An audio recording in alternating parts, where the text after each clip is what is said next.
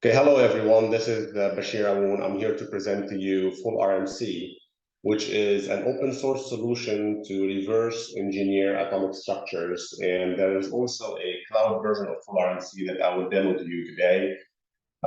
We have published a new publication about Full RMC's new theory in place, which also uses a theoretical optimization to optimize atomic structures. So before starting and discussing what full RMC is, let me tell you why atomic structure is very important to determine the material's properties or the macroscopic material's properties. So consider a material that is made out of pure carbon. And depending on how the carbon is structured or structured in the material itself, the properties of the material will be completely different. So in one case, you can create a diamond from pure carbon. In another case, you can create graphite or fullerene balls or nanotube. And the material itself, the atoms that are creating that material are pure carbon. So you see that the structure of the atoms in the material will determine the macroscopic properties and characteristics of the material. Usually, when companies are studying, for example, metal, or they are doing a new battery, or they are doing any kind of to tailor any property for a material, what they do is they do what we call diffraction on a material to study the structure of that material, and that's how they determine, they reverse engineer that material, and they determine the property of the material. So understanding the positions of atoms relatively to each other would have a great impact on futuristic materials, and that's how we determine or we create new materials for new applications. Before I get into the underlying theory in full RMC, what I'm here showing you is the graphic interface of full RMC that you can have full access to it through a subscription on the cloud. And that subscription on the cloud is gives you access to multiple modules of full RMC. The RMC module, which is the stochastic module in here, the theoretical optimization module, so you can theoretically optimize the atomic structure, a DFT module, which is a density functional theory module, and an atomic builder module. And also a single cloud subscription of full RMC is multi-user enabled. So you can have many users using it. It's also very user-friendly. It maximizes collaboration, and you can access it from anywhere and run your calculation. It's also noteworthy mentioning that full RMC is continuing to develop, and we have a laundry list of things to add to it, and we are very interactive with our client base. So whenever there is any need for a new implementation or a new functionality to be added, we prioritize that and we do it. Also, full RMC comes with a state-of-the-art visualizer and plotter. Unfortunately, there is not enough time to demo full RMC live to you here in this session, but I will be more than happy to do it in separate sessions. You can always reach out to me at info@fullrmc.com, and you can always check our website, www.fullrmc.com. These are some of the institutions currently that are using full RMC cloud version. Some of them are in trial mode, others are using it and they have subscriptions. So before I jump into doing some examples, allow me to explain to you in a nutshell the atomic model that is implemented in full RMC. I'm sure you are all aware of what diffraction is and how diffraction works. So I'm not going to go into the details of diffraction and what diffraction is. The atomic model that is implemented in full RMC to reproduce a diffraction pattern, whether it being done on a synchrotron, in a neutron source, or in the lab diffractometer, the formula is shown in here. Part of this formula is proprietary to full RMC, or at least published for the first time in full RMC. And allow me to take you step by step into this formula so we all understand it and we see the output of it when we demo some examples. So the first step here is CSF, which is a scaling constant, to scale up your atomic model to your diffraction pattern. There's nothing so special about it. The QW sin QWR is related to your experimental limited angle, so which means limited Q range or reciprocal space distance. So in the reciprocal space, it's a square function. And when you bring it back to the real space, it's a sinc function. So you multiply by a square function in the reciprocal space and you convolute with a sinc function in the real space. This is why you have this variable in here. Exponential minus sigma q square r square is your experimental resolution. Usually when you are running an experiment, you should run a test on a standard sample to measure your experimental resolution. But if you don't have that, full RMC will figure it out for you as well. So QW is something that you can theoretically optimize. Sigma Q is something that you can theoretically optimize. Now we come to this term in here. 4 pi rho 0 is your materials density. You should know that. R is your distance. Wij is your scattering power per atom pair. So, for example, for neutron, for X-ray is the Z element. And this is, by the way, a quantity that you can also theoretically optimize, and that's very important to do sometimes if you're doing differential diffraction. If sometimes the valence of your atoms are not exactly the same as if the atom is in isolated state. So oxygen has 8 electrons, for example, so normally the weight should be 8, but in the material itself, it can be more electronegative or more electropositive. So the weight couldn't be 8. So that could be theoretically optimized, and it depends on the material itself. That term in here is to recreate your thermal vibrations. So you know that when you measure a material, you are under the assumption, actually it's not an assumption, every atom is moving, and this is due to quantum mechanics. And when you measure a material, what you collect at the end, at the detector, is the average of all the thermal vibrations of trillions and trillions and Avogadro numbers of atoms. So you need to take that into consideration in your atomic model. You need to widen your diffraction peaks through a widening function. And sigma ij is right here, and each and every parameter here, so sigma prime, delta 1, delta 2, q broad are optimizable parameters as well, theoretically optimizable.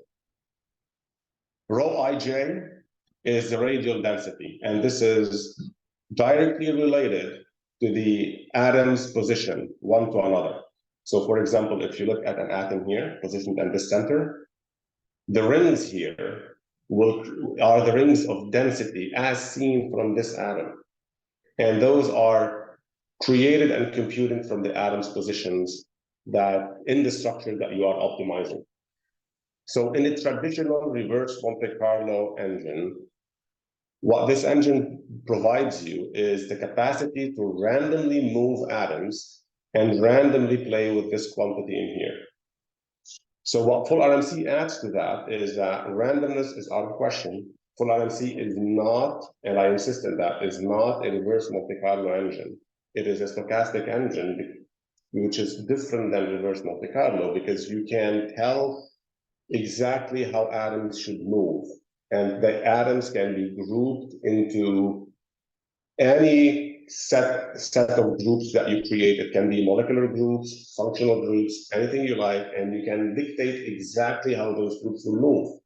Any geometrical move you can imagine, you can implement in full RMC, whether it being a rotation, a translation, or a combination of any of those, or you want to have neighboring molecules dock on top of each other. All of that is feasible in full RMC with 2 clicks. And this is what makes full RMC modify stochastically rho ij in here. So the last term in here, there's not enough space to write it down, but this is the formula for it, is to be able to theoretically model an isolated system. So think about a nanoparticle in dilute solution.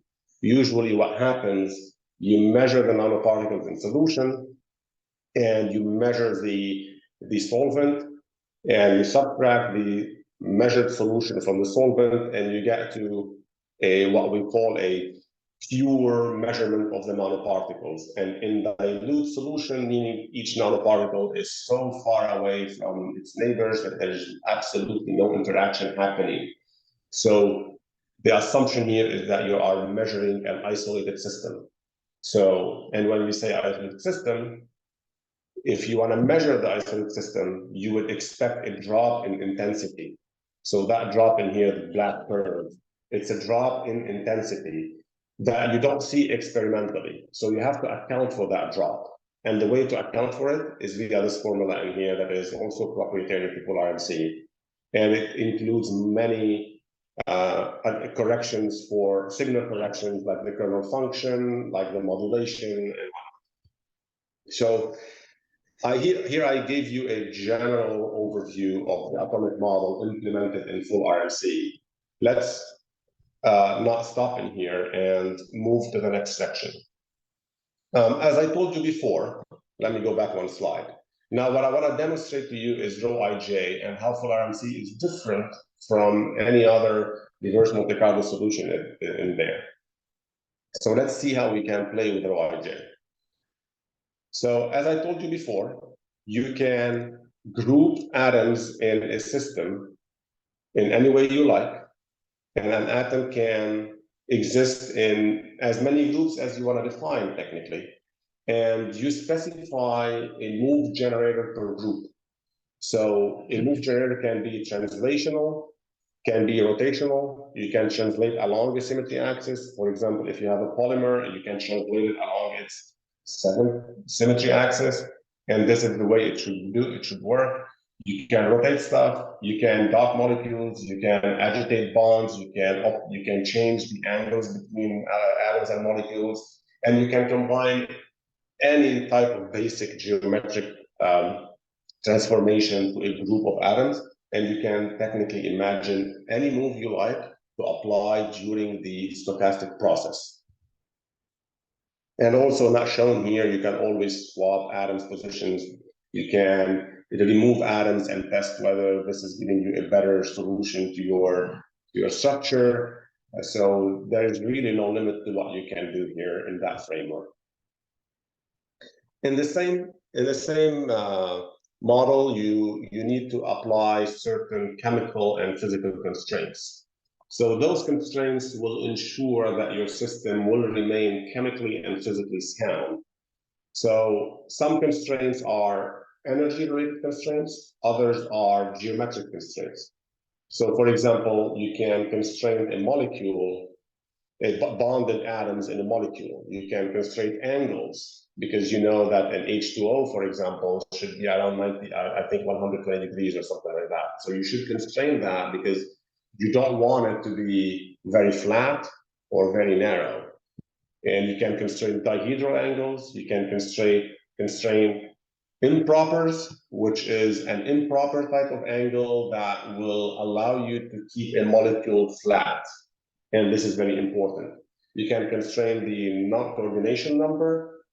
You can constrain also the intermolecular distances or the intramolecular distances, which is an in relation to van der Waals given a threshold.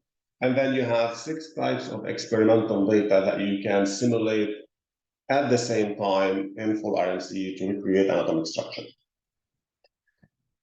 One great feature of full RMC is full RMC has also other proprietary implementations to minimize your structure beyond what gradient descent allows you to do. So in gradient descent, let me run these two first. We all know when you are running an optimization or a fitting algorithm, usually the implemented the engine implements what's called a gradient descent of the loss function or of the error function. So an error is computed at any step of the engine, and that error, the engine makes sure that that error continuously decreases. One flaw of the gradient descent is that you can get easily stuck in a local minimum. And here in full RMC, the number of dimensions we're talking about is not one or two. We're talking about millions of dimensions. The loss hyperspace can be incredibly big. We're talking trillions and quadrillions of dimensions here. So there's no way you can plot the loss function and visualize where you want to be. So you need to rely on your engine to hopefully take you beyond local minimums in order to be able to find global minimums. So what I'm showing you in here, in those two plots, is a real full RMC example in one dimension. So this is a one-dimension system, and this is a traditional stochastic gradient descent. This is a full RMC stochastic explored descent. And the intuition behind that is full RMC will create an avatar of your system and keeps moving that avatar. So you see the green avatar here until a better solution is explored, and then the system follows its avatar. So there's no way anymore you can be stuck in a local minimum. You're not going to be stuck in a local minimum anymore, because now you can move beyond that, given that your chemical and physical constraints are not broken. And this is ensured again by full RMC. One other cool feature of full RMC is it allows you to implement, or at least to use, the plethora of loss functions or of error functions. In particular, and this is published in the last publication of full RMC, is what we call a smart loss function. And this is a loss function that brings full RMC to the verge of AI, and it's going to be used now in new versions of full RMC, which is going to implement real AI in the process. But this loss function, what it does is it trains itself during the stochastic process, and it adapts the weight, the weight of the loss, or the weight of the error on each and every data point to uniformize the information gain across. And this is a very neat implementation of a loss function that allows you to actually fit really tiny features that usually are not achievable in standard loss functions, because the loss function keeps adjusting itself, as you can see in here, depending on what it makes sense to uniformize the information gained in the process.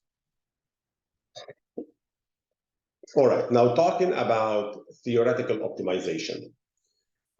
We spoke about all that I showed so far is done in a stochastic manner. So you have millions of atoms, well, not millions technically. I personally modeled 2.5 million atoms in full RMC.